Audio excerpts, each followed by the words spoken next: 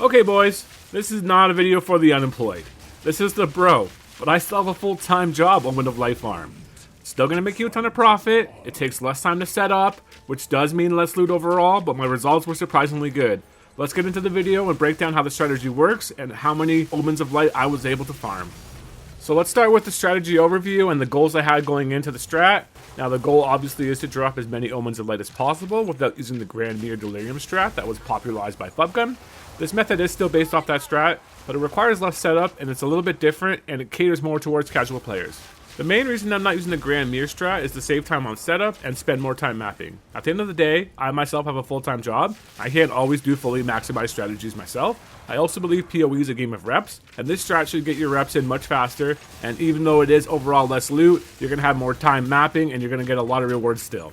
So I ran the strategy for 50 maps. I dropped 38 Omens of Light. I also dropped 110 Abyssal Echoes. Aside from that, I was dropping what felt like 2 Raw Divines per map, but was probably closer to 1 than it was 2. I also dropped a bunch of other valuable currencies and a few super lucky drops we won't include in the profit breakdown. I did have one map that I dropped 4 Omen of Lights in, and another one where I dropped 2 Omens of Light. So I would say this method for me was around 6 to 7 Omen of Lights per 10 maps. I think I could get it closer to 1 Omen of Light per map if I did less testing with cheaper tablets and Doriani, but I still made a lot of profit as is. One of the main differences is I used Abyssal Depths to try to make up some extra Omens of Lights. Abyssal Depths give you way more chances to hit Omen of Lights because they are filled with rares from your tablets. I hit a lot of my Omens of Lights in the Depths, which you'll probably notice from the footage I'm showing you. I used increased chance to lead to Abyssal Depths on at least one tablet every time. I think this is the main reason that helped me make up for some Omens of Lights, even though I didn't do the fully proven out juice strategy where Fubgun was averaging over 1 Omen of Light per map. Obviously, Fubgun's strategy is the best. He's the GOAT when it comes to currency farming, but for somebody who doesn't have enough time to set up the Grand Mirror every single time, I think this is very, very viable. So let's talk about my character and some other important information you're going to need to know to set this strategy up correctly.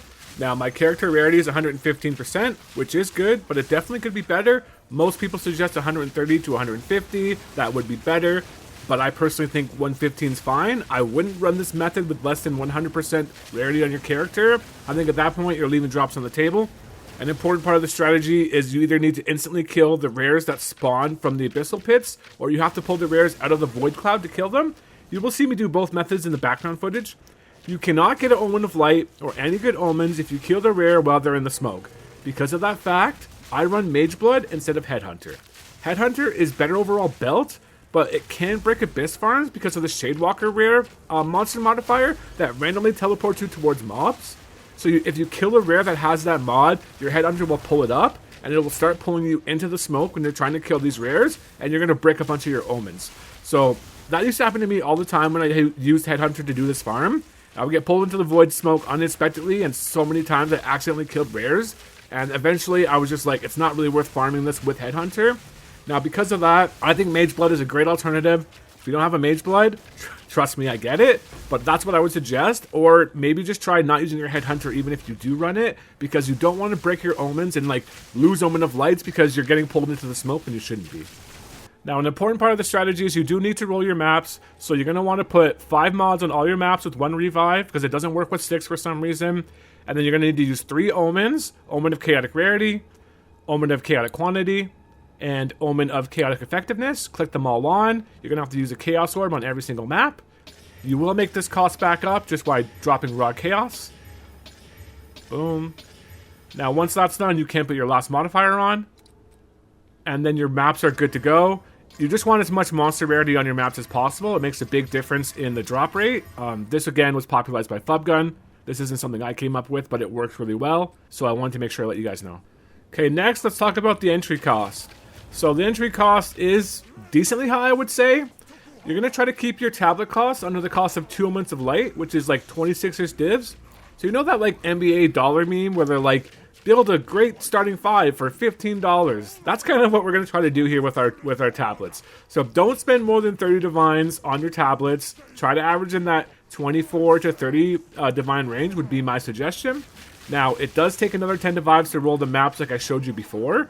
But you're going to make that up again with just dropping raw divines and raw chaos orbs in your map. So don't worry about that. It is part of the calculation and the cost, but I just wanted to make that clear. So all in, I'm going to say it's going to cost you around 35 to 40 divines to run 10 maps. So so you're spending like 4 divines a map. 3 Omens of Light gets your currency back, and then after that it's all profit. I personally had a dry spell when I tried some cheaper tablets, and I'll talk about that a little bit later, but I also got a stretch where I hit an Omen of Light in 11 maps straight. So, just some extra information for you to know. If you hit 6 or 7 Omens of Light, you will easily double your currency just off Omens. I always made more with all my other loot drops, including things like Fracturing Orbs, Raw Divines, Abyssal Echoes, Perfect Exalts, and things like that.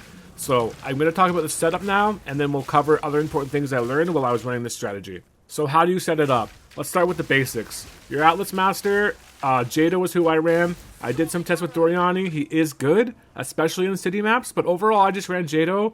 I think he's the best for the strategy. He's a bit more of a gamble, but it's easier to set him up and just run Jado. I find that had my best results. You also want your Atlas tree fully unlocked. I think this goes without saying, but just in case, I wanted to mention it quickly. Now, let's talk about some tablets. On your tablets, you're going to have some must-have modifiers. Now, on all 3 tablets, you're going to want to have 20 to 30% increased chance for Abyssal monsters in map to have Abyssal modifiers. The reason why you want this is because this is the mod that's going to spawn the monsters that have the Void Smoke around them, which allows you to get the Omens of Lights. Now, for my next one, I would say on bare minimum 2, but I highly recommend you have this on all 3 tablets. You're going to want increased number of rare monsters. Now, I tried this with the cheap setup, and it did not go well. I just put it on 1 of my 10, and that was where my dry spell was. So this is why I'm saying you're going to want to have it on at least 2, but probably 3. The more rares you get, the more chances you're going to have at Omens of Light, but it also just increases your overall loot from your entire map. Like I said, I was dropping what felt like 2 Raw Divines a map, as well as Perfect Exalts, Greater Chaos Orbs, Fracturing Orbs, and I think a lot of that has to do with just the sheer number of rare monsters that these tablets put on your maps to buff over the overall loot of the entire map, not just the Omen of Light farm. The last must-have I would put on all your tablets is Abyssal monsters have 8 to 12% increased effectiveness for each closed pit, up to 100%. The reason why we want this is it's going to give you a higher chance to hit the Omens of Lights and the Abyssal Echoes. Now, some other valuable options that I think you should have on your tablet or consider. The one I'm going to suggest the highest is the one that I used, increased chance to lead to Abyssal Depths. Again, I just think that it's another way to increase your chance to hit Omens of Light without having to use the Grand Mirror. You're going to get way more rares in the depths. It's going to be a whole nother map to clear. You're going to get more extra raw currency in there as well. I really value this mod. I think it's worth trying to take. Some other valuable options I'm going to suggest is increased monster rarity, rarity of items found in your maps, monster effectiveness, pack size. Maps have a chance to contain 4 additional abysses. That one's very expensive, but it is good. So again, I always ran increased chance to lead to Abyssal Depths. If you want to copy my strategy exactly, that's what I ran, but I do think these other options are also valuable. So here's some things I learned along the way, some things that I think will help you get more out of your Omen of Light farm. We'll start with the map types, because they do matter. City maps are obviously S tier. You get a 4th tablet. Sun Temple is known as the best, but the 4th tablet does add a lot of juice. If you come across cities, I would run them. You don't have to prioritize them, but they're very good. The next S tier map is Cleanse maps, because they can drop Fracturing Orbs, and the monsters that spawn in them, Cleanse monsters specifically, can only drop currency. So again, you're going to have a lot of rares in your map, more chances at Fracturing Orbs and Raw Divines. Naturally run overrun maps are also S tier. It's like having a free 4th tablet, because it's going to put 14 to 18 Abyssal Dips on your map. Super strong and powerful. If you spawn one of these, I highly suggest running it. The best map types to run are Grass, Mountain, and Forest. Those would all be A tier. Water maps I found to be neutral/decent. No positive effect, no negative effect. Desert maps are F tier. They brick your currency. For the strategy, don't run any desert maps. You're not going to do well. Also, I wouldn't run like small maps or close corner maps. They spawn less Abyssal pits. Things like Augury, I would consider those maps F tier. Again, open maps are awesome. Things like Sun Temple and Savannah, those are the maps that I find to be the best. So when you're mapping, if you come across city maps, cleanse maps, I highly suggest them. Overrun maps that spawn as you're doing the strategy, highly suggest. Other than that, the best biomes would be grass, mountain, and forest. Moving on, what are my final takeaways and how much currency did I make?